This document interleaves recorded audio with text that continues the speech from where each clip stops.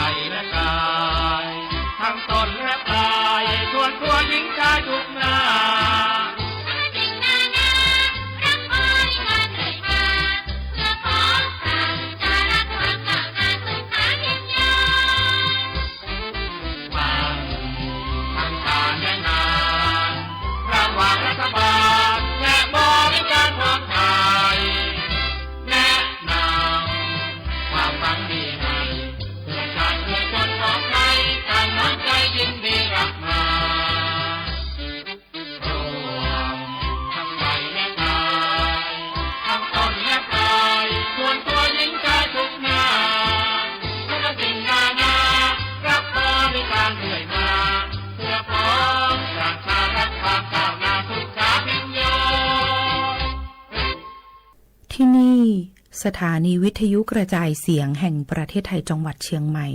คลื่น AM 1,476 กิโลเฮิรตซ์ทำการส่งกระจายเสียงจากอาคารเลขที่ 49 ถนนประชาสัมพันธ์ตำบลช้างครานอำเภอเมืองจังหวัดเชียงใหม่ทำการส่งกระจายเสียงตั้งแต่เวลา 5 นาฬิกาไปจนถึง 24 นาฬิกาเป็นประจำทุกวันค่ะและต่อจากนี้ไปขอเชิญคุณผู้ฟังติดตามรับฟังรายการต่างๆที่น่าสนใจของทางสถานี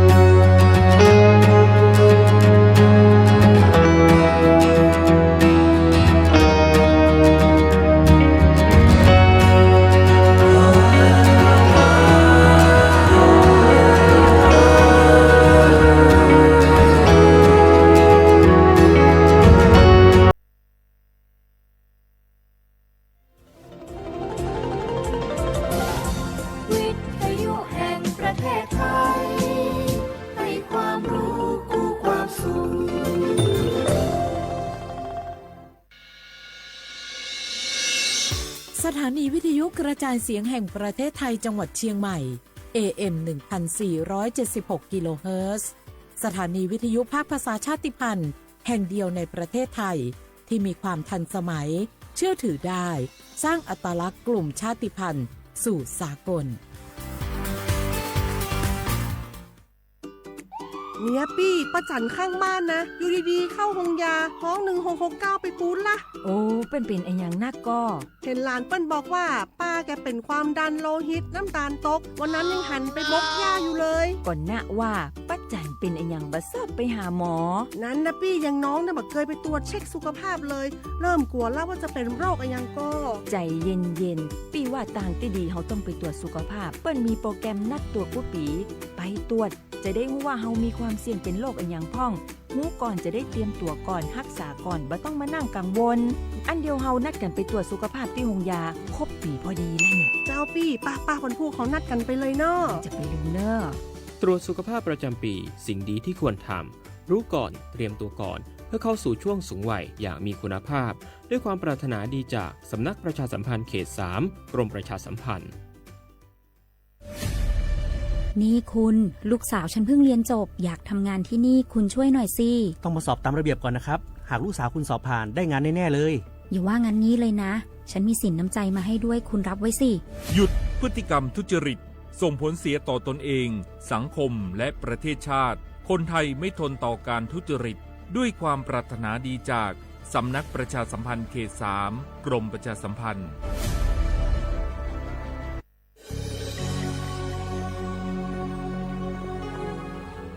เกิดเป็นคนไทยเติบโตบนผืนแผ่นดินไทย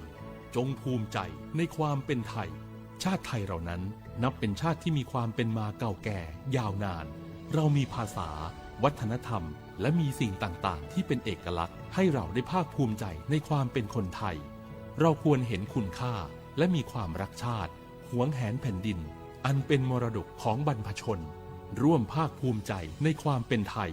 โดยสำนักประชาสัมพันธ์เขต 3 กรมประชาสัมพันธ์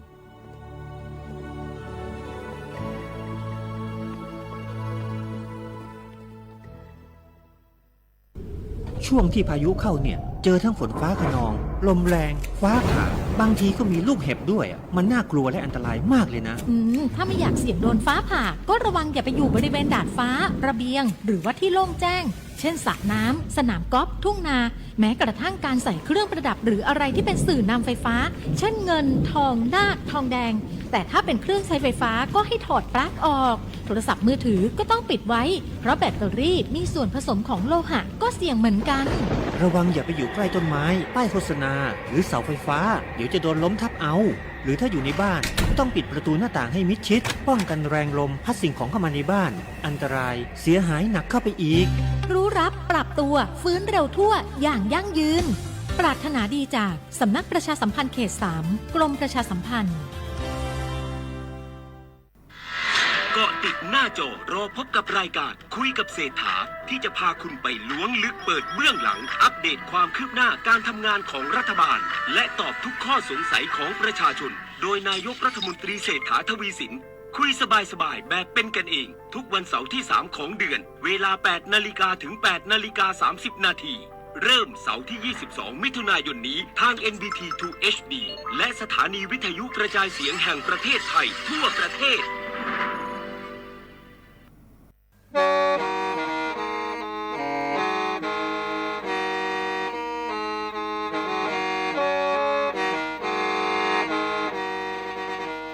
Đầu núa, gió tông chua sang xua, hú tế chờ thai, đợi lũ xén trăng mải. Lũ chay hà lù mong, inu bê hà o trà. Giáng sơn chú, bê hà thầu sư hở, chữ tên, chú, trao tên. Giáng trong tu, bê hà thầu sư hở, cầu sang tên, chú, cầu gì tên. Trang tờn đợi sáng, AM. Kế ý chén bao bùa sang chậu trào kHz. Đầu núa mông do bế lùng mông suốt lờ so cá nồng tàu.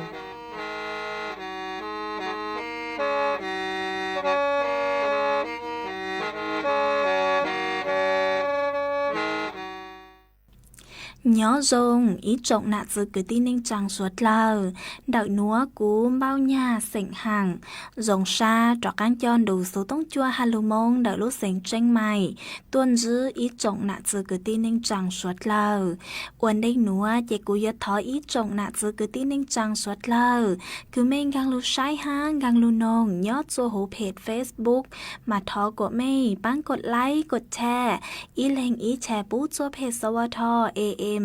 อีเซ็งเปล่าปัวอย่างเจ้าเจ้ากิโลเฮิรตซ์มากูอวดช่องดาวจัวไม่ชวดเลอคือไม่ปังเชิงกลางสู่ต้องจัวฮัลโหลมงเดลูเซ็งเจงใหม่อ๋อเอกูหวังฮัดยาชาฮาตาไม่ชวดเลออยู่ลุนโรกูย่ออวพงยืดเถ่าปีมงจูจัวเถ่าเศร้ามากูยัวช่างเต่าจัวอีจงหนาจือคือที่นิ่งจังสวดเลยเต่าเป้าฮาตานูนัวเจกูจัวเกลุชัวจัวสวดเลยเต่าหนอเสืออ๋อเอยฮาตาเล่งตือคือมั่วสูเจ๋งเจ้งนัวหลอไม่ดาวสูต้งมงซึ่งช้าไม่วิยฮาตายอกูจุย่อจวนเดาสูต้องจัวเลยเตยัวจืมั่วเล่งตือลูใจไม่เล็กสูต้งเจกูช่างเต่าเลยหนัวจัวอีจงหนาจือคือที่นิ่งจังสวดเลยเต่าเป้าเอจวนจือหนัวเจไปมงกงกี้หล่อใจอ้วกี้我家蒙古利亚蒙古 mong gò lý trong nó tí tổng lý mù chi dân plò lo vì do từ nhung mù lo ba giỏi tí tổng lý hô là tiền đô mù đa lý giỏi tí tổng lý đàn chú đó yếu tua yếu chi cỏ lo ma mong gò lý trong nó tí tổng lý mù chi dân tua lo vì do từ nhung mù lo ba giỏi tí tổng lý hô là tiền đô mù đa lý gia tí tổng lý đàn chú đó yếu tua yếu cho lử cỏ chia lo ma mong gò lý mong gò lý vì do cỏ vô tu trò nâng tu nâng lý cỏ chi đỏ nâng thơ dê mù mô tí tổng lý tu dù plia mong gò lý nè vì do cỏ vô tu trò lý tu nâng căng cỏ chi đỏ nâng thơ dê mù thăng ni mong gò lý mong gò lý rồi nó tí tổng lý đàn chú tua ta lệ tì xin thọ mong gò lý tí tổng lý lòng cơ la lòng tiếp do mua ra khẳng chờ lo cho lệ nè bê cho bê ra khẳng xa tí tổng lý tu dù tu bếp mô trừ lì bơ cho bó khá lờ đủ cho tí tổng lý lưu chế mô đà lì chẳng chi rung cho mong gò lý mong gò lý rồi nó tí tổng lý đà chú toa lờ tù tia tí tổng lý lòng cơ la lòng tí do mua tí tổng lý lô đô cho lon đô lờ nè bê cho bê ra đô sa tí tổng lý tu dù tu plie mu trừ lì bơ cho bơ cá đủ thông mong gò lý rồi nói tí tổng lý lu chế mô đà lì chẳng mù đo chi rong lo ma mong gò lý ta nó đủ ép tí tổng lý lòng cơ la lòng tí do mua tí tổng lý cha lý chế tùa tu nâng tí xế tí tổng lưu trô chế nâng chế cha tùa mù đo nhé lo ma mô gò lý ta nó đủ tí tổng lý lòng cơ la lòng tí nho mua tí tổng lý cho mu cha đi chế tùa tu năng tí đùa khi tổng lưu trô kê năng kê cha tùa mu đo của nê mong gò lý mong gò lý rồi nó tí tổng lý là chú tùa lờ tù tia tu tu mong gò lý xa mong gò lý do của tua ta tí tổng lý tê lờ tê chi trở lo mong gò lý đồ nó tí tổng lý đà chú tua lờ tù tia tí tổng lý do chi sở lo ma mong gò lý đồ nói tí tổng lý đà chú tua lờ tù tia tu tu mong gò lý xe mong gò lý do của tua tí tổng lý tê lờ tê si trở mù ra chi cho lo mong gò lý rồi nó tí tổng lý đà chú tua lờ tù tê tí tổng lý do chi lo khó tư lo ni mong gò lý và cha mong gò lý rồi nói tí tổng lý lòng cứ lo lòng tí mô tí tổng lý wa pa wa so to le nè ri pe nu tí tổng lý lòng cứ lo lòng tí kho li phư ti tổng li tu ti bự đô cho la wa ti tổng li tu che mu đen nu ni Mongolia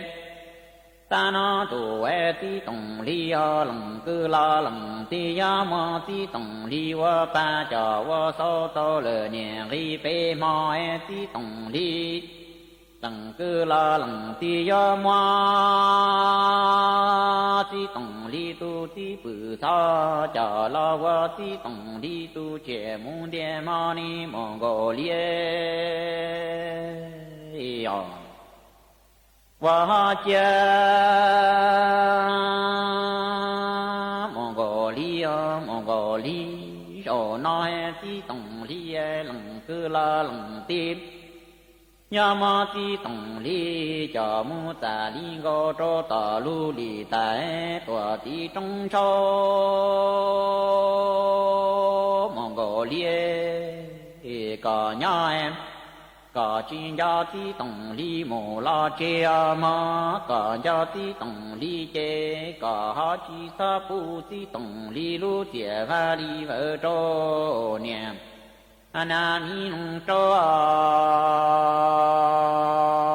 Mongolia rồi nó ti tổng li lăng cư la lăng tim ma ti tổng li cho mu ta li go cho ta lu li tại ta ti trong găng Mongolia có nhóm có chi gia ti tổng li mồ la che có gia ti tổng li che có ha chi sa pu ti tổng li lu tie va li vợ cho nhà nam mi nông trắng ngọ Mongolia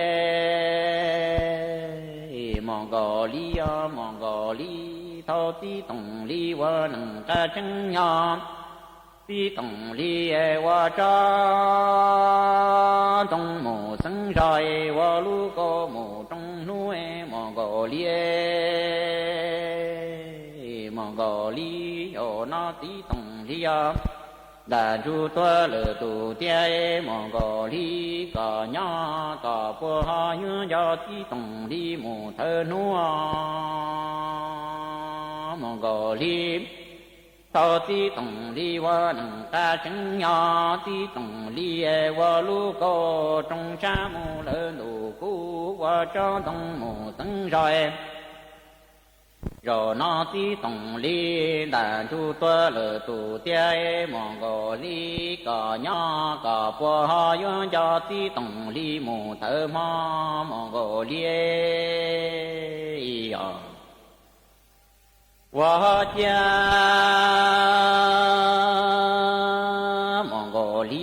Mongolia ta nó đủ chế ti tổng li ca ra mồ tơ chúa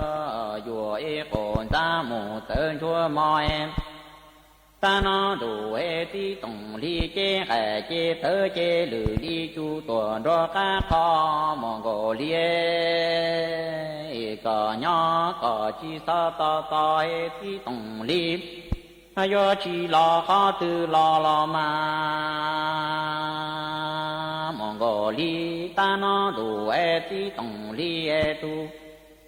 ta ta mồ tên chúa ma còn ta mồ tên chúa yo e ta nó đủ chế ti tổng li chế e chế tới lử li chu đua ca khó lùa em có nhỏ có chi sa ta ta e ti tổng li yo chi la ha tu tua la ma Mongolia ta nó đủ e ti tổng li chế trừ gia ta trên chế yo đà ta lử tề xin qua trên kẻ chế tớ trên chế yo lử ta lử tề xin chúa e chế yo chúa lỡ ti tổng li tu du tu pli mù tu chi to ti tổng li tu du tu pli yo ya chồng li pro cho po ca du yo yo cho li po Mongolia li có y wa pon yo nhớ lên địa te chi mo nâng yo lo ma Mongolia ta nó đủ ti tổng li chế chế tớ chế yo lử li chu tu mi sa plo ma chin che yo đà ta lờ tì si đơ tu mi che cái che tơ che yo lử ta lờ tì xin ta cho lờ ti tổng li tu chủ tu pi mù tu chi to ti tổng li tu chủ tu pi ya ya tổng li plơ po cho po ca mù lơ đủ cây che yo cho li po mong gò li li cò wa bọn chúa nhớ đơn địa tế chi mò nâng cho lòng đa khơ lo ma mong gò li ta nó đủ a ti tổng li tu chủ tu plien chơi yo mun cha đua ti trò đua niên chơi yo mun thở tia wa nâng cho lử tia lờ lo ma mong gò li ta nó ti tổng li tu chủ tu plien chơi yo mun che đua niên trò đua ti mun thở tia wa nâng cho lử chỉ lờ lo ma mong gò li si hòa si tu si lu du lu cứ có đu lần tư quan cho tiền cho gỡ ta liền có cho mong khu si hòa si tu si lu du lu cứ có tay lần tư quan cho tiền cho gỡ ta liền có cho mong hai nè cứ tiền lần cha ส่วนสนัวเจกุยมัวอีร่างลูกเป้าเจ้าลูกถังจัวไปสวดเหล่าเตาเป้าย้อส่วนเดลูกสถาบันโรคผิวหนังกูเต่าต้วนถัวเต่าจัวอีจงหนาจึกตีเน่งจังหาตายัวจุเต่าเจงฟางจอก้างหม้อโรคผิวหนังวิยหาตาจอก้างหม้อหนัวยวนซื้อเต่ายงยงหยีย้อจัวลูกใจดูนางวิยหาตาอีจงหนาจึกตีเน่งจังสวดเลยยัวจุเต่าเจมงอวดลังหนูย้อจัวหรือขอเชอมาเตจาคือยูมงนอเจยวนดูนางลอสยอยยัวเต้ามงจู้จอดเล่นนางคือนือโลเอนือเต็งจ้าย้อจวนเดเตกิใช้เต้ห้าอยู่อวดเจออยู่จอเข้าทวนนืนโดมาเตจาอยู่อวดจัวนือมอจอกังมอโรคผิวหนังเต้ามาจอหนูจื้อพวกกู้เต้าแนะนำเลยหนูหาตายัวจุเต้าใช้หัวสังเกตอยู่ตัวเข่งตัวจงห้าหยดจุเต้าตีท้ายจอก้างหม้อหนัวเจอเลยหนัวย่อหยดจุเต้าลังเล่ต่อก้างกืออยู่มงโดนางโลย่อหาตาเล่งถือคือมงอวลาอวเต้นัวเจเถาคืออยู่มงอวลาอวเต้ลูเหล่ามาหยดจุเต้าหลุดลังเล่ตัวซื้อเลยหมักมงอัวหมอนอลอซื้อย่อเลยหมักมงปือชาเลยจืออัวจัวอยู่เต้าใจจอก้างหม้อโรคผิวหนังหนัวเจกูกู้จัวมัวร่างลูเป้าหนัวเจ้าลูถังคาจัวไปสวดเลยเต้าเป้าเลยหนัวจวนจือหนัวเจไปเจาะก้างมงกงกี้หล่อใจอัวกี้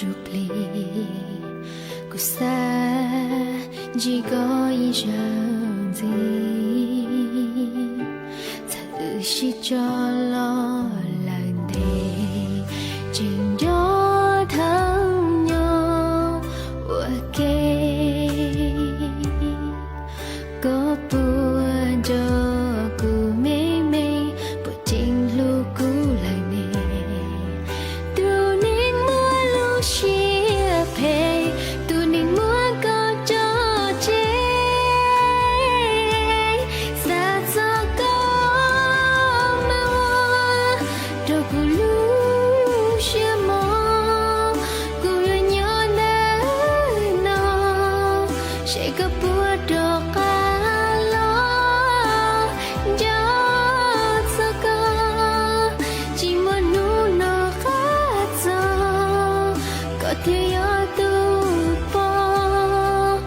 我这这滚滚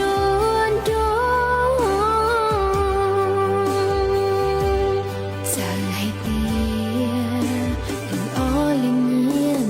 无言，古有眼光都多见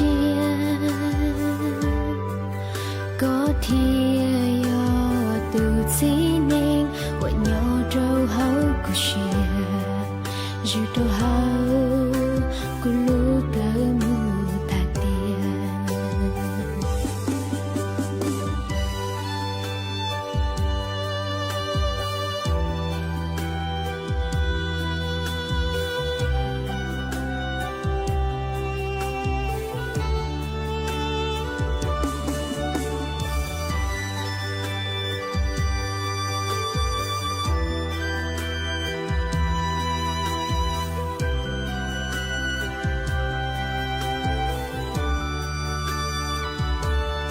cùng chân cho con tu lù lù xí hơi bùa thâu u nia nu nia mò xí u thâu u nhớ hay sku sợ lo lu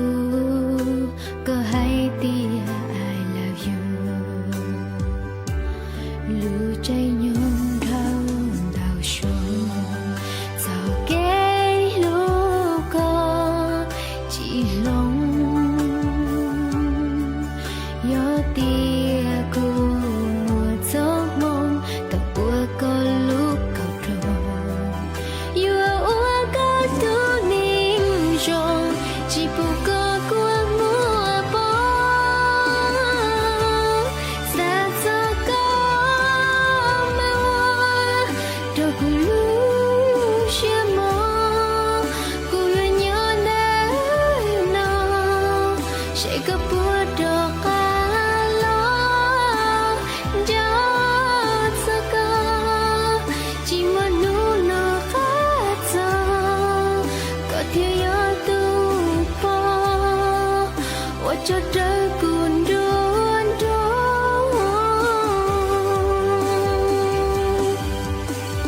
จะยืนจองก็ล้วนน้หัวมัวหนูรอตั้งจีก็แสนจะก็ไม่ว่าเดี๋ยวกูรู้เชื่อมองกูยังย้อนได้นอนใช่ก็ปวดดอกกาลอจะสักก็ที่มันนูนอขาดใจก็ที่ยอดตูปอว่าจะเดินกุนดวนดวน再来点有我灵验无言古有眼光都多见có thiên yo tu chỉ nên quậy nhau trâu hấu của xìa dù trâu hấu của lũ tớ mù ta tiền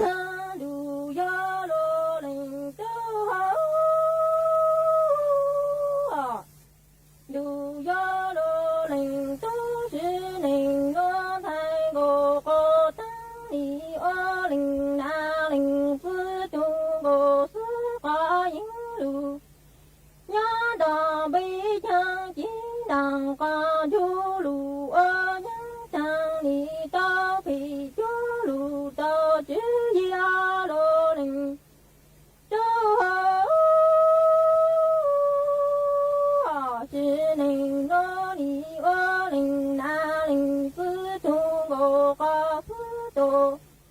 nhà đò mong chẳng chỉ nàng qua du lù ở những thằng ni ta phi du lù ta chỉ trong a lô linh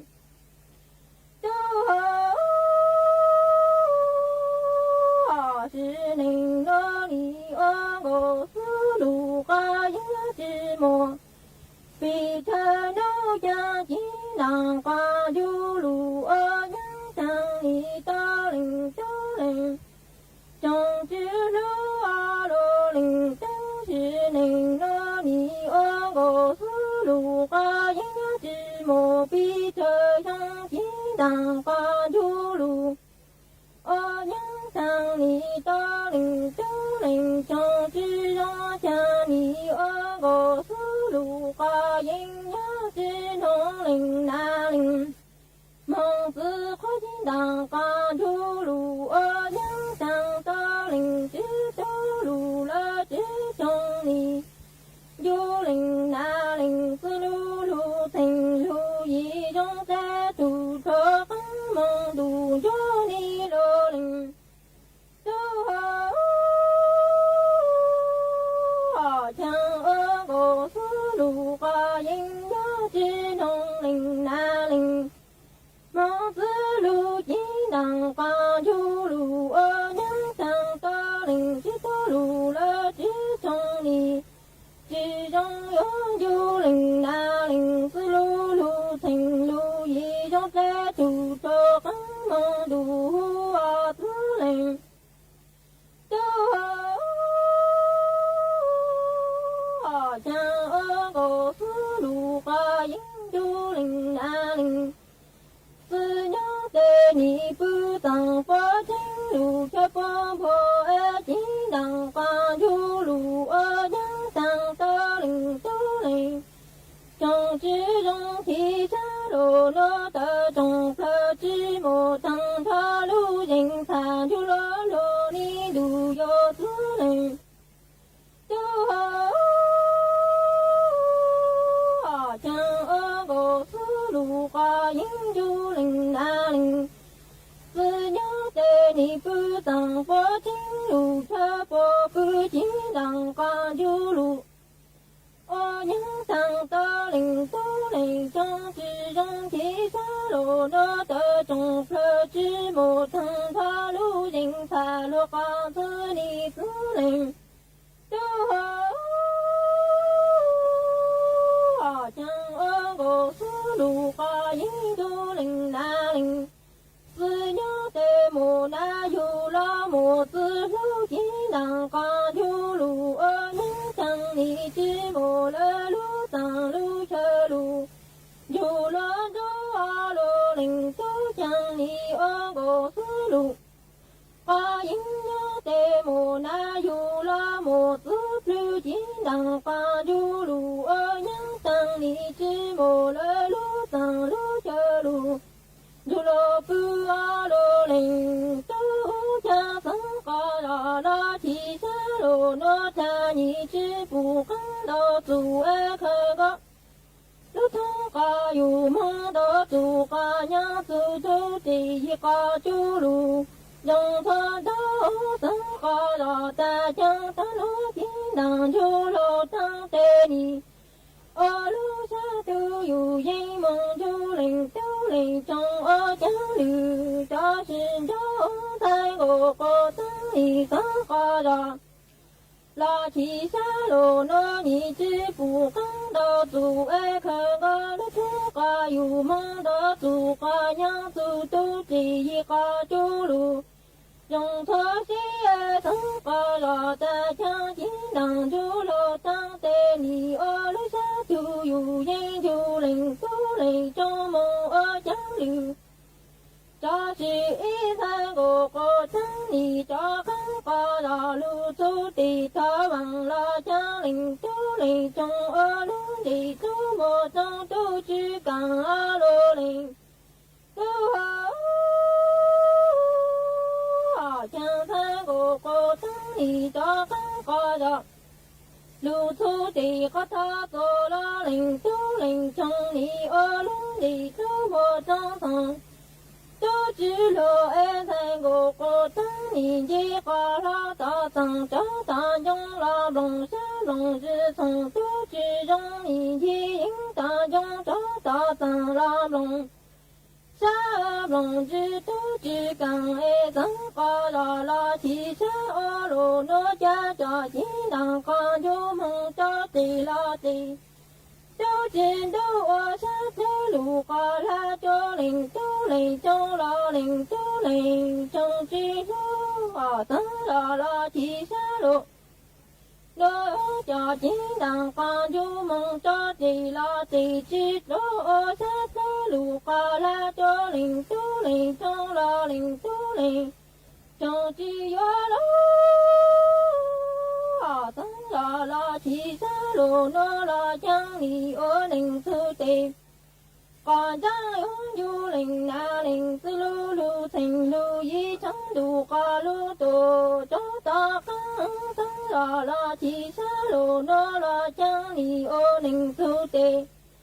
关张永有领那领子路路成路一程路花路多让嘎啷在起啷子路就有多爱起嘎啷哦啦对那路一线就就有多累就要错点得个地得个罗应达点在那只要应达一样在里家应达点要用到不梦西要梦双路把家得被抓增长点应达一样在里家应达一样要用到不梦西呀要梦双路把家得被抓增长都要在路搞包路啊要在边搞包边啊得个地得个乱山的一窗来猜呢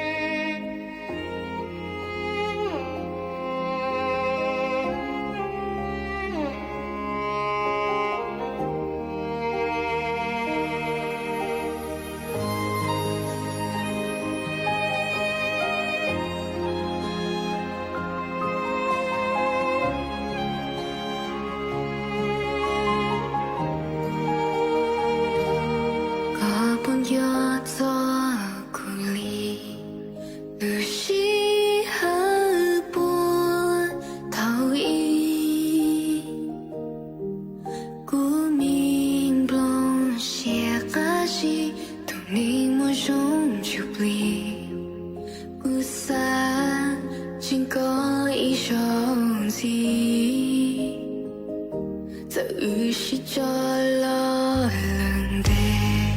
chỉ nhớ thôi nhớ ủa thế có buồn gió của mê mê của chính lúc cũ là nè tu này mua lúc xếp hè tu này mua có cho chê xa gió có mơ tu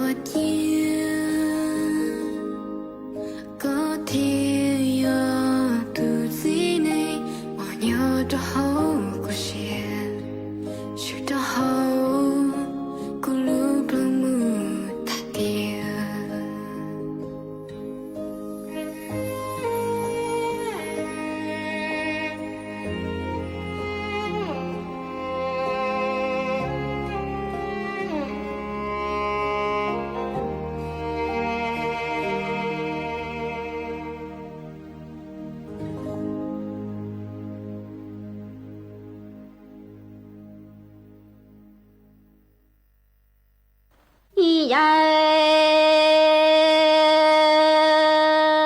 lúa lằng tu qua ngầu qua đâu nhỏ e lằng tu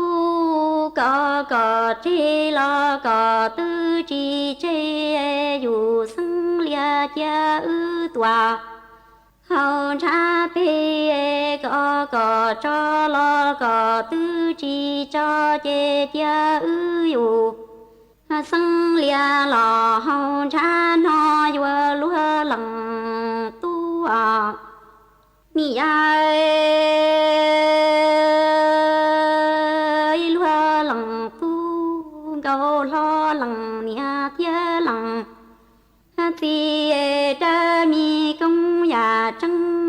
gấu nhà lỡ bê công đo nhà mù bê tăng ni măng nhà tê nia cá khó do cú nia lằng thầy nó chế đà xin chú tua chế dù sân ca lia tư chi cho lỡ cò nhỏ vừa thi lằng tu gấu lo lằng nia thia lằng thì đa mi công lo nhà trăng gấu nhà lỡ bê công đo nhà lỡ bê tăng ni măng mía tê nia cá ya qua gấu qua đâu nhỏ hay rong bỏ cỏ thia cú nó dù sân lia tòa chỉ si tao dù sân ca lia tư chỉ cho lỡ cỏ cha vừa chỉ lằng tu mi ơi lúa lằng tu ta thằng đi thằng gió qua gầu qua đâu nhỏ do cỏ thia cú qua gầu qua đâu rong do lằng tu nhổ đa xia chỉ qua nia lằng thầy chế đà xin chú lọ tua ta thôi có mi sẽ nia gầu bao chùa nâng cầu trơ mua lằng tu trơ cho cá ba đề đỡ lo cú nia lằng thầy tiên chi qua nia đã cho chúa lọ đó lo chơi vừa lúa lằng tu nu dùng đi thao gió qua cầu qua đâu nhỏ do có thia cú qua cầu qua đâu rong đà đăng chi tao ngủ sư chế đà xin chú lò nhỏ tua lỡ lằng tu sẽ nia ngầu bao chùa nâng cầu trơ mua lằng tu trơ cho cá ba đề tia lo cú nhà thầy xa rồi chi xia lùa nó chê qua chia lì chi qua nhà đã cho chúa lo cho lo thia mò ơi lúa lằng tu đà đăng chi si tao ngủ sư ni xa rồi lo chi xia qua lùa nó mò nu thư ngầu sư tao gầu lằng tu vương dê li lo tò lưu li tay lò trong chùa lo vương chê cờ xê nia ngầu bao qua ngầu li yang nhỏ ni chi lằng tu chi xia lùa nó do mò nu thư ngầu sư trên tà đua tua tai vua to lằng tu mùng chê li lo tò lu li tay lò trong sông chê vua chê cờ mi xê nia gầu bao vua qua gầu li yang chê vua chi lằng tu mi ơi lúa lằng tu đà đăng hay rong lùa nó chỉ si tao ngủ sư chế đà xin chú lò tua ta thôi chế lo dự chi li nhung chùa kế khâu li lò tư chi phai ngủ sư vua lò to tua lòng tu li cò e li tua tê tu li trơ mu quan địa tê đua lò yên gần trái ở chi lòng tu plăng ngầu đô rong li cò thia cu e do đà đăng chi si tao e ngô sư trên đà xin chu lò tua ta tho e ni chi lo dự si li nhung e chuồn chua kế khâu li e lò tư chi dạy e ngô sư li tua lòng tu tê trụ trư lo quan địa tê nó lò yên gần thay chê ni rong nhà lòng thay xưa chi tờ ta e yo to to chi lòng tu li cò qua cu lúa chê cu nhà lòng thay vua lúa chùa chi e lò bê chơi ra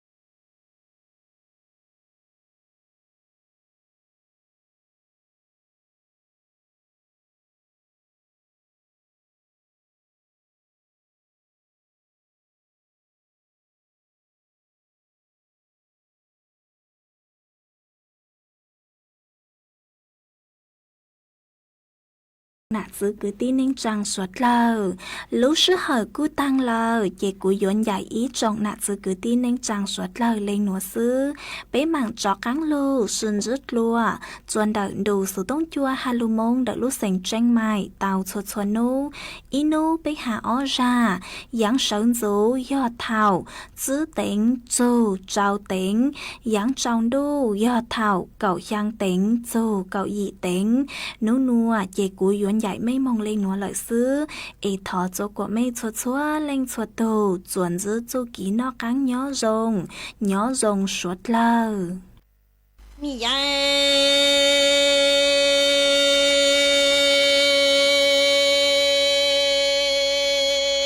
cha nu cha chi tu yi cha mong tuổi chỉ xóa có chữ lệ plơ chùa mong du cu em mi mai ngoan gò sang thiên tu nô nô tăng ư gò mi plăng gò rau hay rong lúa nó thiệt li ya gò sa yang plăng gò rau y chi đà ý chỉ lu ê trong nó cha mấy muộn gờ sông qua nhà tuổi lo tan cho ê chi tư nâu nô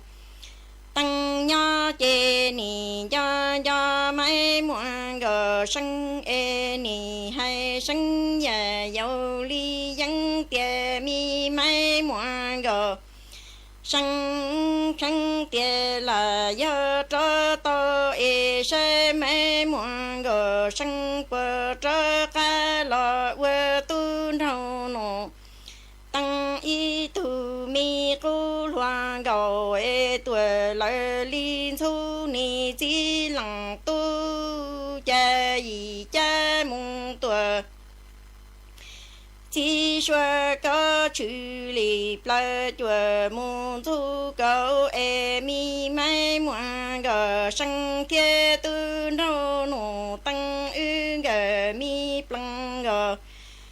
rau rong lúa nó ê thiệt li hơn gờ sa dân plăng gờ rau y chi rau ê trong nó tu nô nô tăng chi chia ra tuổi lâu tan cho ê chi mấy muộn gờ sân nhỏ chê nì do tu nô nô tăng ê nì hay sân nhà giàu ly dân tìa mi tu nô nô tăng khăn tìa là do cho to ê sẽ mi tu nô nô tăng bờ trở cá lọ vơ mấy muộn gờ sang nó mong tuổi y tu tuổi cô loan rau ni chỉ lặng tu ở mi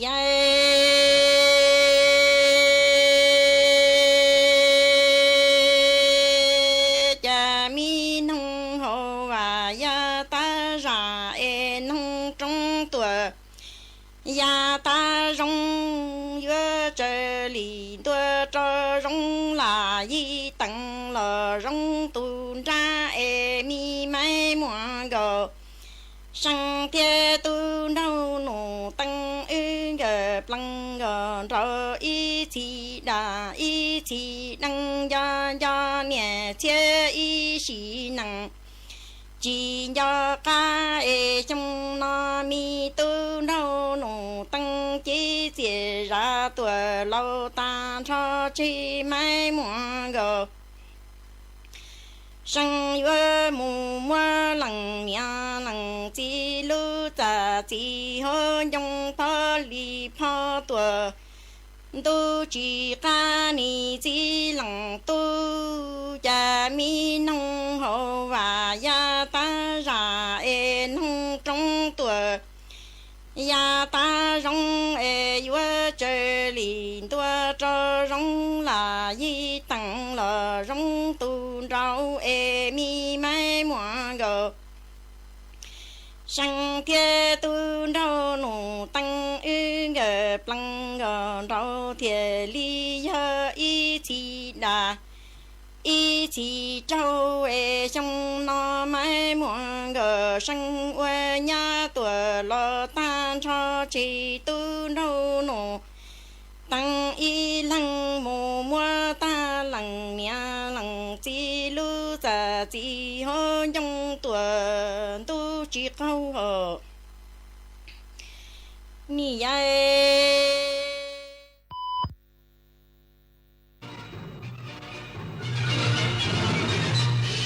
สถานีวิทยุกระจายเสียงแห่งประเทศไทยและเครือข่ายทั่วประเทศเสนอข่าวต้นชั่วโมงรู้เร็วรู้จริงเกาะติดทุกสถานการณ์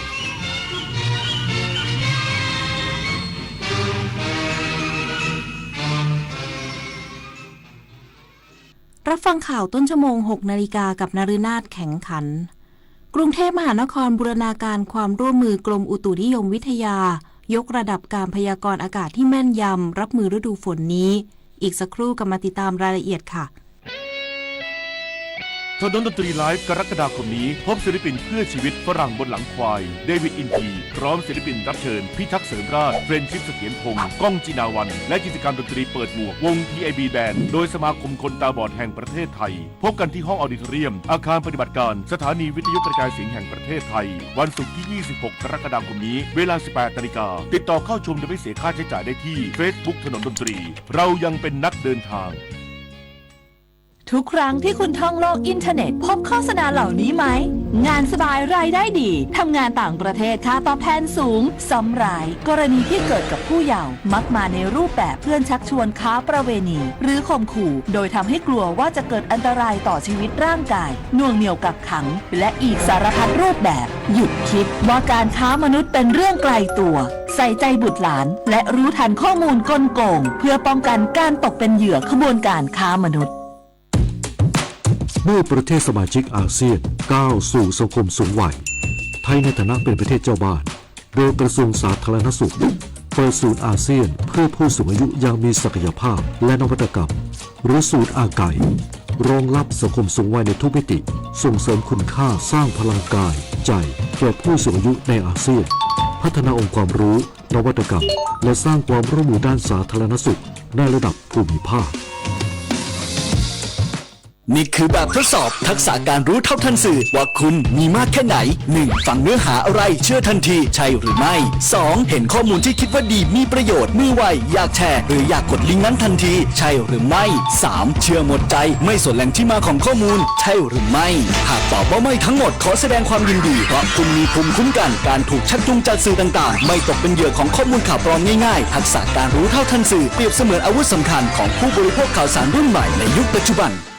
ปลัดกรุงเทพมหานครยืนยันความพร้อมรับมือสถานการณ์น้ำในช่วงฤดูฝนพร้อมบูรณาการความร่วมมือกรมอุตุนิยมวิทยายกระดับการพยากรณ์อากาศที่แม่นยำเพื่อลดผลกระทบต่อประชาชนแพทย์หญิงวรรธนีวัฒนะปลัดกรุงเทพมหานครกล่าวถึงการเฝ้าระวังสถานการณ์น้ำท่วมขังในพื้นที่กรุงเทพมหานครในช่วงฤดูฝนว่า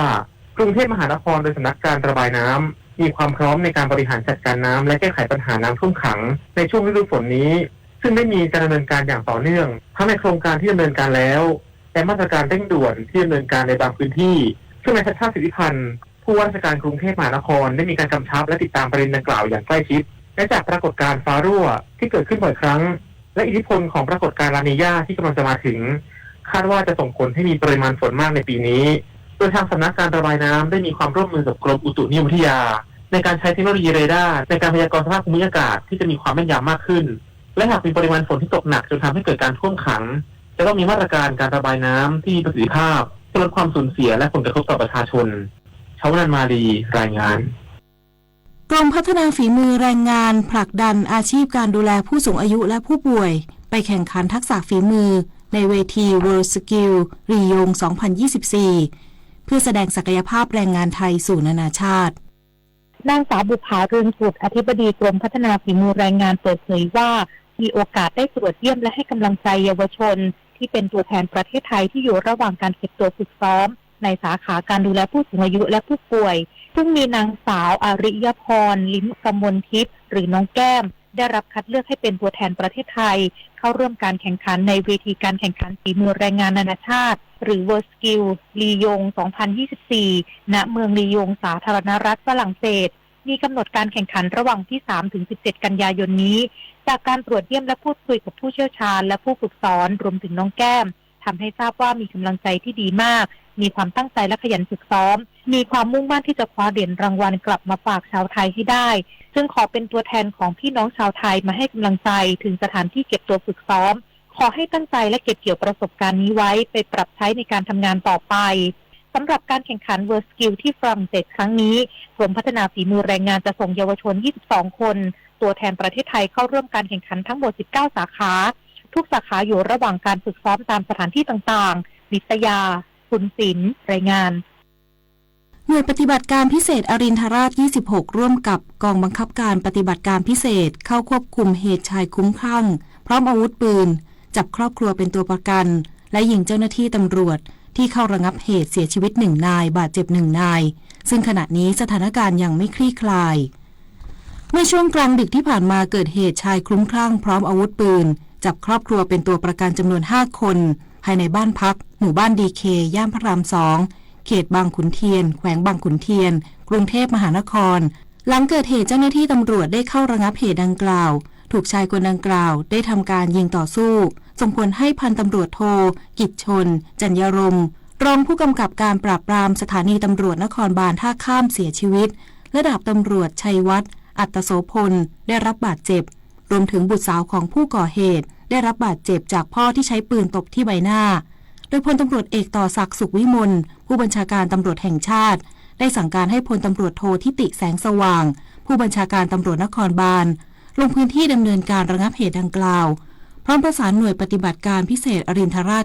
26และกองบังคับการปฏิบัติการพิเศษเข้าควบคุมเหตุการณ์ซึ่งผู้ก่อเหตุได้มีการยิงตอบโต้เป็นระยะและสำหรับครอบครัวของผู้ก่อเหตุที่ถูกจับเป็นตัวประกันทั้ง5 คนขณะนี้ได้รับการช่วยเหลือแล้ว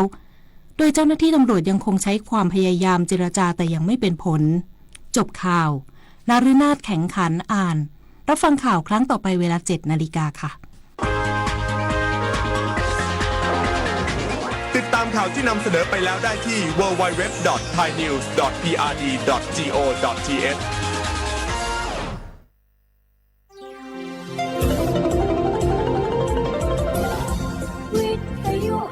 ประเทศไทยให้ความรู้คู่ความสุข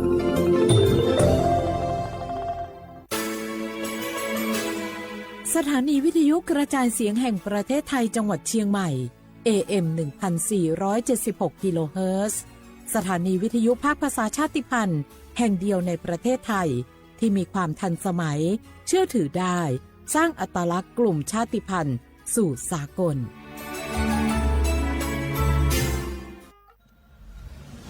หนูเห็นพระองค์นะคะทรงเล่นกีฬาหลายชนิดเลยค่ะในหลวงก็ทรงปั่นจักรยานพระราชินีก็ทรงเรือใบทรงกีฬาไอซ์ฮอกกี้ด้วยค่ะหนูเห็นแล้วทำให้หนูตั้งใจที่จะออกกำลังกายอย่างสม่ำเสมอเพื่อสุขภาพร่างกายที่แข็งแรงค่ะพระองค์ยิ่งทรงนำทัพนักกีฬาไทยเราไปแข่งขันกีฬาในระดับสากลหลายชนิดกีฬาทั้งกีฬาขี่ม้ากีฬาแบดมินตันซึ่งเป็นแรงบันดาลใจที่ดีมากๆให้กับเด็กและเยาวชนค่ะ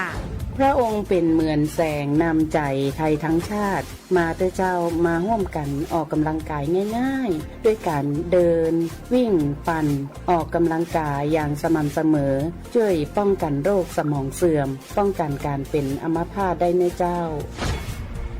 สถาบันพระมหากษัตริย์ศูนย์รวมจิตใจของคนไทยทั้งชาติสำนักประชาสัมพันธ์เขต 3 กรมประชาสัมพันธ์ชาติศาสนาและพระมหากษัตริย์สถาบันหลักของชาติที่อยู่กับสังคมไทยมาช้านานสถาบันพระมหากษัตริย์เป็นเสาหลักในการสร้างชาติให้เป็นปึกแผ่นเป็นศูนย์รวมจิตใจของปวงชนชาวไทยเป็นบ่อกเกิดของความรักความสามัคคีของคนในชาติเพื่อเป็นรากฐานให้ประเทศชาติมีความมั่นคงสืบมาจนถึงปัจจุบันรวมสร้างความภาคภูมิใจในความเสียสละของบรรพบุรุษไทยในการปกป้องพื้นแผ่นดินไทย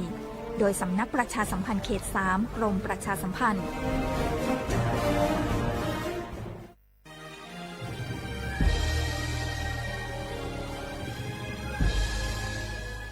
เกิดเป็นคนไทย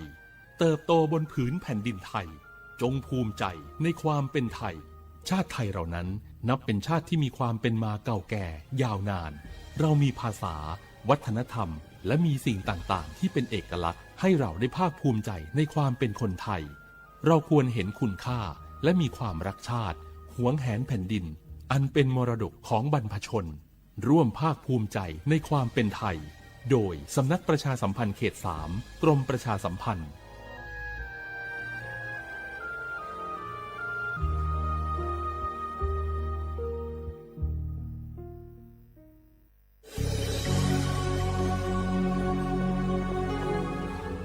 เกิดเป็นคนไทยเติบโตบนผืนแผ่นดินไทยจงภูมิใจในความเป็นไทยชาติไทยเรานั้นนับเป็นชาติที่มีความเป็นมาเก่าแก่ยาวนานเรามีภาษาวัฒนธรรมและมีสิ่งต่างๆที่เป็นเอกลักษณ์ให้เราได้ภาคภูมิใจในความเป็นคนไทยเราควรเห็นคุณค่าและมีความรักชาติหวงแหนแผ่นดินอันเป็นมรดกของบรรพชนร่วมภาคภูมิใจในความเป็นไทยโดยสำนักประชาสัมพันธ์เขต 3 กรมประชาสัมพันธ์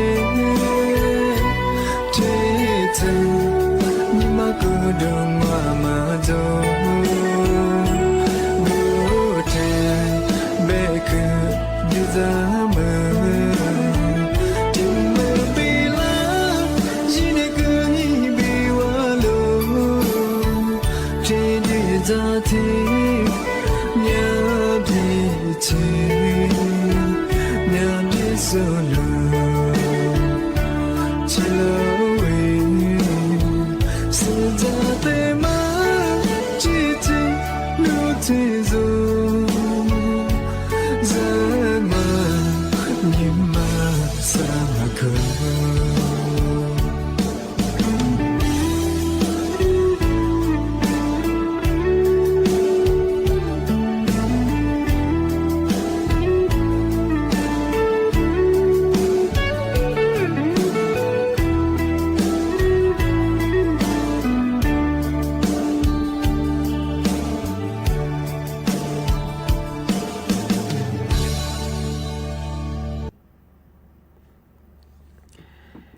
写话不来画画，你呢触摸花你节目啊，第节目啊我历史我ดู字的话ไปแล้ว啊我历史我ประกาศกูงเป็นยาทาจิ้มหมายงาสถานีวิทยุกระจายเสียงแห่งประเทศไทยจังหวัดเชียงใหม่ยีมือชายีระบบอีความถี่งเป็นยา AM ที่ตัวลี่เฮียสืบโชว์ให้กว่าดูจักอาทิตย์ท้าวเฟซบุ๊กไลฟ์ไงยิบเพจของบ้าคือสวทเชียงใหม่ AM 1476กิโลเฮิรตซ์เลยไลฟ์สุดยองเอารายการลิสงโมันยาถิ่นยมาหนีขวาตัวแน่แน่ที่ขวาที่หมดแล้วที่ขวาไงที่หมดแล้วงมันยาหนีโมขวาหนีสามโมที่จุโมดงงาอาทิตย์นี้คือนี่แน่คือไงเอาเชื่อความว่าเราถึงมาปีมาถึงมาซื้อจีนชั่วโมงมันยาคือถึงมามันยาก็หลักกันยาปีมาเจ้าไงว่าชอบละไงมันจะถูกความที่เรียกปากเกิดจังไงเมื่อสั่งมันยาคือแก๊งคอลเซ็นเตอร์แก๊งมิจฉาชีพหยาปุดดูเมื่อสาสุตันคือที่เรียกหยาเมื่อมาคือโจมื่อมาคือโจงช่วงไงอาจจะไปยาตรวจสอบบัญชีอยู่ก็มันยาคือบัญชีงมันยาคือย่าอีมือมันก็ใช่ไงว่าสุยมืองอสุบัญชีอยู่ยังใช่ไงที่บ้านมันยาถึงว่านี่แหละปีมามันยาคือเลื่อนบัญชีม้าไงช่วงไงปีขวาเอาพวนพันไงบัญชีม้าไงที่เอาอีมือมาเอาบัญชีเปิดยิ่งกว่าสุแก๊งคอลเซ็นเตอร์หรือว่าไม่ชาชีกว่าละโซมาคาโซที่ที่พยายามมันจะคือคือมีความผิดจ้างาชของงา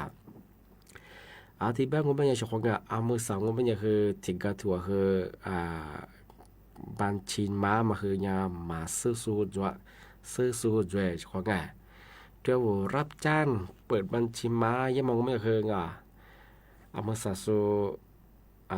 คืออย่างว่าคือที่บัญชีมาแบบหวายเฮียแบบดงอ่ะที่ตัวแบบที่ตัวหวายเฮียแบบอ่ะที่บัญชีมาช่องอ่ะที่ก็ถือว่าคือเสื่อมมา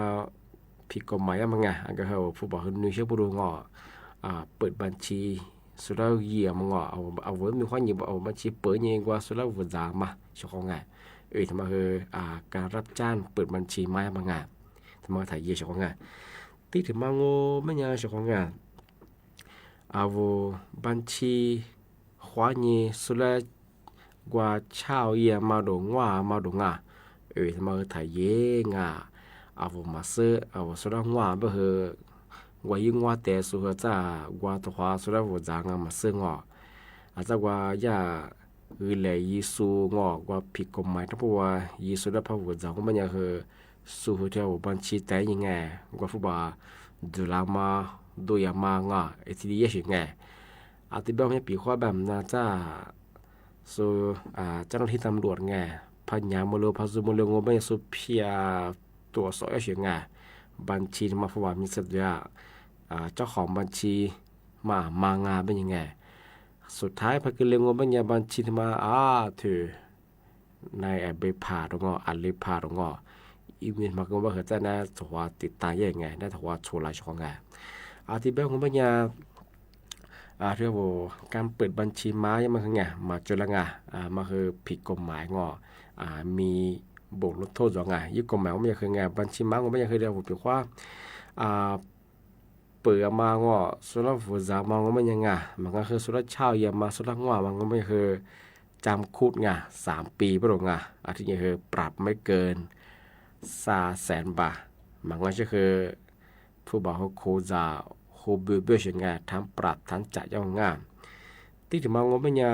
ในกรณีไงเอาหมอเปิดคือแบ่งขวาคือไงนูว่าหลอดโซแล้วหลอดโซความาก็เบี้ยวเจ้านูผู้บอกนูใช่ไงนูใช่ไหมที่ผู้บอกมาเชื่อแต่เปิดไงที่ยื้อโคโซยื้อควาโซยื้อโฆษณายื้อโซสมองไม่ใช่คือไงจำคุดไงโคไปไม่มาคือหนีโคควานีงอโคเบี้ยใช่ไงปรับไม่เกิน100,000 บาทควานีคือ100,000 บาทเสื้อโคจะใช่ไง100,000 บาทว่าเขาเทมันยังคือเธอชื่ออะไรกว่าแบบยื้อเปิดโซซึ่งเนี่ยโคจะใช่ไง ปีขวาโนหมอเปิดแบบก็คือโนสุดาเชมช่วยยังมังสุดาวัวมังลัดโซขวามาโฆษณายังมังอีมายี่สุเนี่ย你三花年我才是扩张啊，后边你扩花年我扩这边啊，么人去呢来来呀小黄啊，ที่เพื่อนก็ไม่อยากชอบงามาคือถ่ายเย่งาปีควันนี่แหละมังซื่อว่าเวลานี่บัญชีญี่ปุ่นจะมางาบัญชีนี่มาเปิดไปผู้บังงาตัวว่าโรงาที่บัญชีมาสาตัวว่าโรเป็นไงถ่ายเย่จุฬาก็ชอบงาปีควันพันยามเลือพันสมุนเลือเป็นยังส่วนยี่มาเลยส่วนปราดเงยมางา300,000 บาทสักคนต่อไงโนที่บัญชีมาสุนัขเปิดมา2ตัว3ตัวงาปีขวานโนสามัญชีเขาเปิดรับมาคืออะไรคือเนี่ยกูตัวแต่ที่เรียกว่าอย่างไงกูตัวที่เหมือนสร้างว่าสุพรรณยามมือแล้วไม่ใช่คือหมดจุฬางานกูตัวว่ามันคือโคเบเบผู้บ่าวคือโคจางอนกปว่าคือเสียเองมาขายชของมาคือไทยเยงปีขวานนี่แหละว่าจุดแพ้มาว่าหลังนี้บัญชีแต่เปิดนุบัญชีแต่เช่าอยู่นุบัญชีแต่ว่าถามว่าถามเช่าอยู่เอามาใส่แหงอยู่ก็คือหลักโชยคือมาซื้องยี่ละว่ายี่ละเช่าอยู่บ่เหยแต่หัวว่าสุดแล้วหลักโชเลยยี่สูงผิดกฎหมายสุดแต่ว่ายิ่งหัวจักว่าบ่เหสุดท้ายเบียเลยยี่สูงแต่ว่าผิดกฎหมายทั้งว่ายี่บ่เหพันยามมือเลยบ่เหสุดท้ายบ่สุดเพียตัวสอยเฉยบัญชีการเงินมันบัญชีมาเนื้อมีประกันเนี่ยคือถือว่าหยาละเฉยอีกทั้งสุดว่าบัญชีมาแบบทำไมแบบงานที่นี่เขาเมื่อสักก็คือยาสำนักงานตำรวจCIB คือที่แกนคอร์เซนเตอร์แกนไม่ใช่ชื่อคือที่เด็กคือเนี่ยกันยังไงคือยาบัญชีหมดว่าคือเนี่ยบัญชีก็คือโอ้นี่ซื้อมาซื้อซัดซื้อมาซื้อตัวเฉพาะไงหลักสูตรมีเปิดรับงานเอ็มคือยาถือบัญชีมาแบบงานมาคือถ่ายเย่งเฉพาะงานนี่แหละมาพูดหลักคือบัญชีแต่เปิดโนเปิดกายเฉพาะได้ยินตัวกาสัตว์ตัวกาแบบงานถ่ายเย่งเฉพาะงานถ่ายเย่วุธมีสุดาเกยสุดาปุ๋ยมาถ่ายเย่มันคืออันตรายมีเชี่ยเฉพาะงานจ้าดีจะไปเกลี่ยไปคือมาจุฬาเฉพาะงานอันนี้เป็นวุธสุดแพ้วุธเฉพาะวุธนี่จะนี่มากัวจีได้ไงมาสุดาที่ดีปีมางานจะปีขว้าวกว่ากัดจะยี่แบบไงกว่าจะไปเยอะคือมาเสือเวลาวุธนี้นุ่มวันนุ่มใช่ไงบัญชีแต่เปิดแบบไงวุธที่ดีแบบได้ก็คือซาหน้างวุธคือได้ถ้าช่วยแต่ไม่เยี่ยงพอมันก็ไม่ยากผมถ้าซื้อบัญชีเปิดเบอร์นี่จ้าเอาบัญชีที่โคนี่โคแบบอันนี้มันกรีละจ้าแบบน่ะโคนู่ชิโคเฮโคแบบซื้อว่าเลยยิ่งสุดยามโลแบบสุดท้ายแบบบัญชีมาเอาไว้มีแต่เหตุการณ์ของโอ้มองว่าชิงว่าจึ้มมาแบบดังของอะไรอย่างหลักทางมันคือนุ่มนุ่มเล่แบบประชาชนว่าได้เชิงของเพียงอันนี้มาคือมาคือสามโมงานเดียวการรับจ้างเปิดบัญชีมาให้มาคือถ่ายเย่งผิดกฎหมายเฉพาะงานมาจุฬาอธิบายว่ายังไงเอามาใส่กันนั่นแหละคือบกว่าตัวความเดินหน้าเฉพาะงานทำบกว่านักการเงินคือบกว่าตัวช่วยของงาน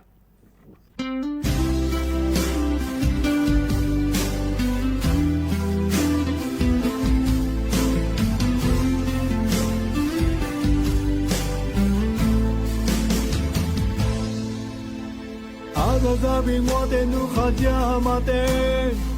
我罗摩尼尼玛夏。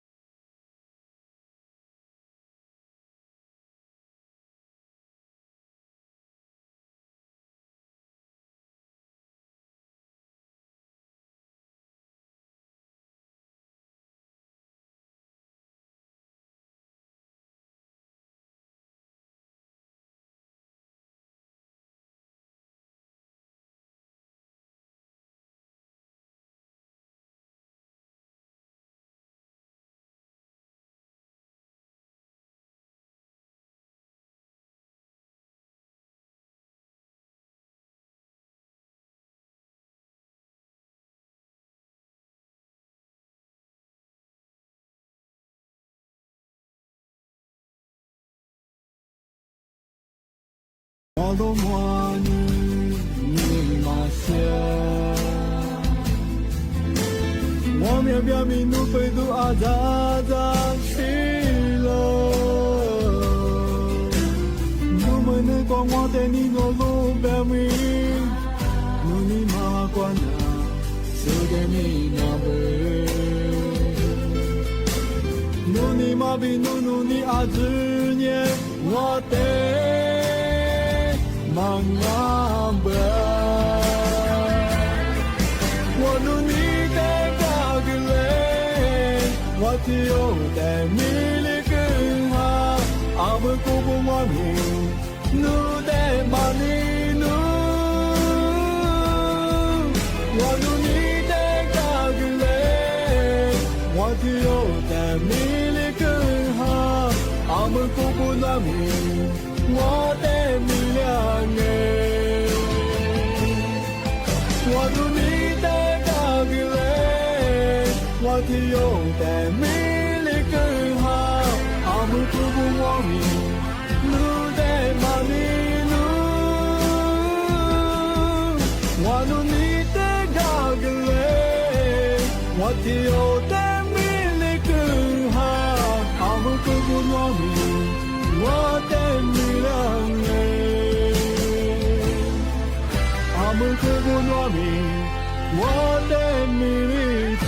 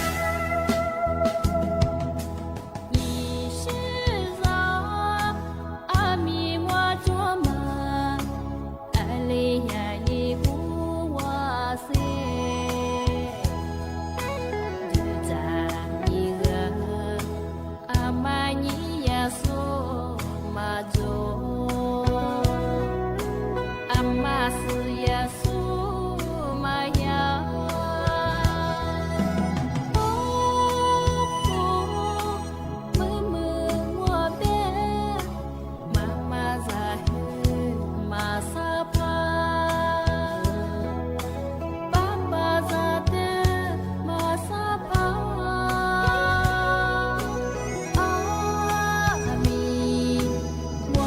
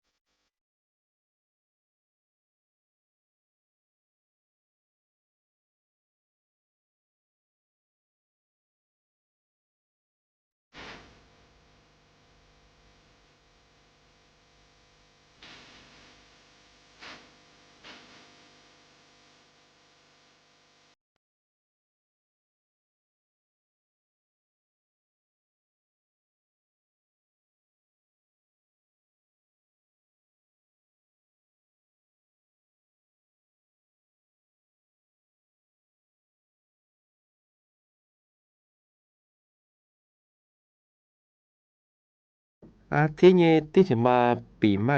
ซึ่งจริงใช่ว่าชาวบ้านงาที่ว่าคือก็หลายงาอะไรที่นี่ความงาประกาศปีใหม่ว่างาว่าชาวบ้านงาก็คือนี่แหละคือตัวปีใหม่ช่างงาเอาอันน่ะเฮซุงอันนั้นแบบอันนี้จึงแบบงออันแบบแบบชาวงาเอาที่ชื่อสัตว์งาเฮซุงว่าเป็นยามาคืออาทิยาเสื้อตั้งว่าเป็นยาคืออาทิตย์ข้างมาเคยยี่ปอยู่คือตัวของงานปีขวาเอาอันน่ะฮิซุงเป็นยังไงเอาวันน่ะคือหัวงอ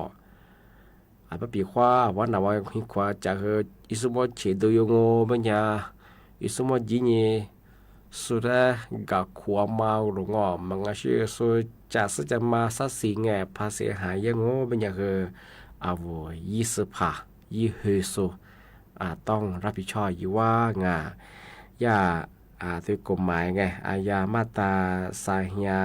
344แบบนั้นผมไม่อยากไงปีขวาวันน่ะคือหัวเนี่ยเรามาดูแลงอรับเลยยังมังอันน่ะลีดูยังสุดแล้วกับขวามางอสุดจะมากับเบี้ยบ่ไงทำไมอยากคือย่าผู้บ่าวโคจามังไม่อยากคือทีมือบาที่เรียกโคจามังมันก็จะคือจำคุกไม่เกิน1 เดือนไม่ถึงอาบัดถึงมาเบี้ยยิงฟุตบอลเฮที่แสสตุจ้วยที่มือจะโคจาบ้างมาคือที่ว่าน่ะเฮสุ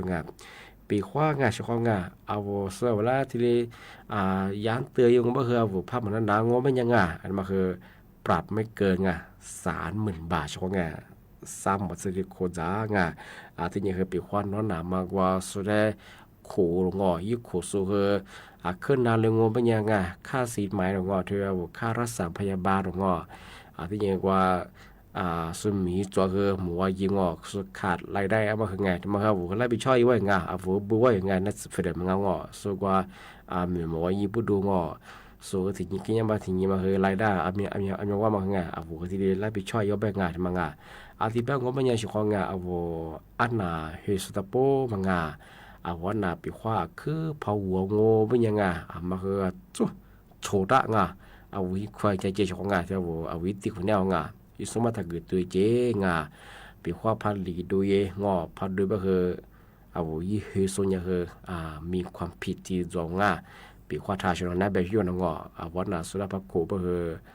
ห้อยเผือเน็ตสึกว่าซีเผืออาจจะคือภาษาแบบเฮ้ยต้าสึงไงมันก็ชื่อสุดจะมาสืบเบียร์ไปเฮงไงสักสิ่งเฮารับผิดชอบอยู่ว่สักวันนักโคสุดมาเฮมียิ้มหน้างบัติมาสึกเลยนี่นะคือไปเฮรับผิดชอบอยู่ว่าสิ่งไงยิ่งกว่าลายขับลายได้ยังมังหัวเสือมันจะมังเสียเวลายังมาเฮมาเฮบัวอาจจะเป็นอย่างที่อันน่ะคือสูงมาเฮแต่กว่าเสียกับชาวงานมาเฮถึงมาที่ปีมาเฮสุดยิ่งช่างที่แบบผมไม่ยานี่แหละชาวได้คือปีมาคือที่แหลจงที่แบบจะคืออาจจะที่มุลวะนี่มุขวานี่สามโมคือตัวความมันและความชาวนี่แนวรายการลิสงปากกากุปทาจิ้มหมายสถานีวิทยุกระจายเสียงแห่งประเทศจังหวัดเชียงใหม่ยืมมือชายี่ความถี่ก็คือ AM ที่ตุลิฮาชิดสุดโฉคือว่าดูอย่างที่ตาวฟิบูวันไล่ยังไงยี่เพก็คือสวทเชียงใหม่AM 1476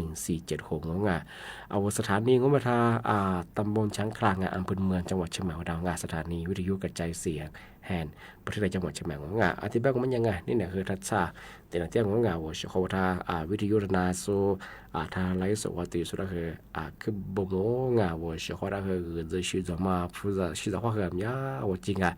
น่าจะเป็นการทัศน์จริงที่นี่ก็ที่นี่ว่าคือด้วยคืออะไรกว่าเยอะยี่ระยะไงข้อความกูจริงว่าชาวทาคือบ่มข้อความสวัสดีครับ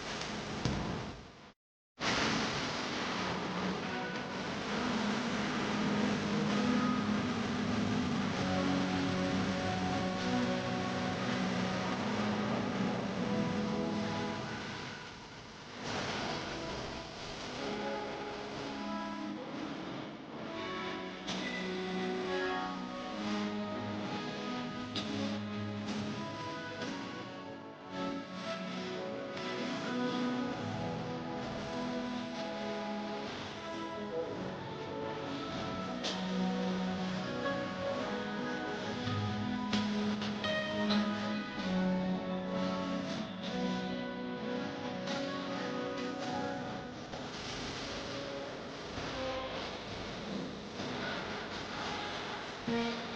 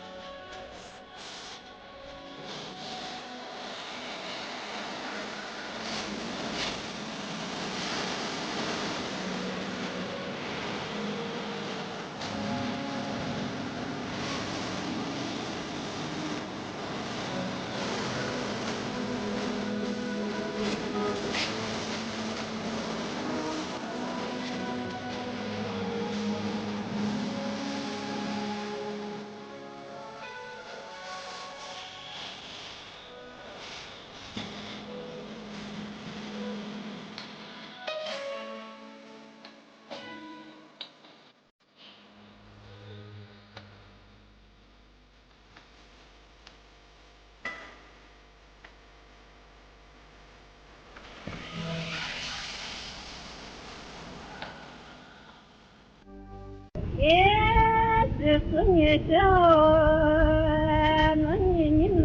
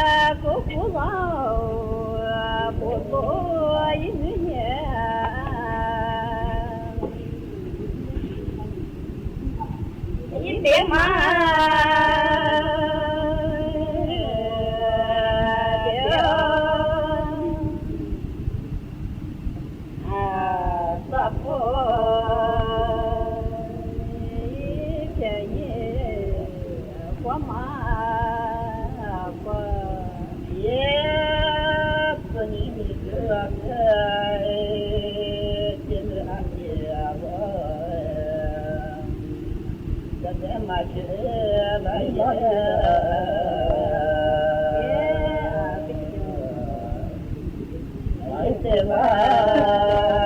để không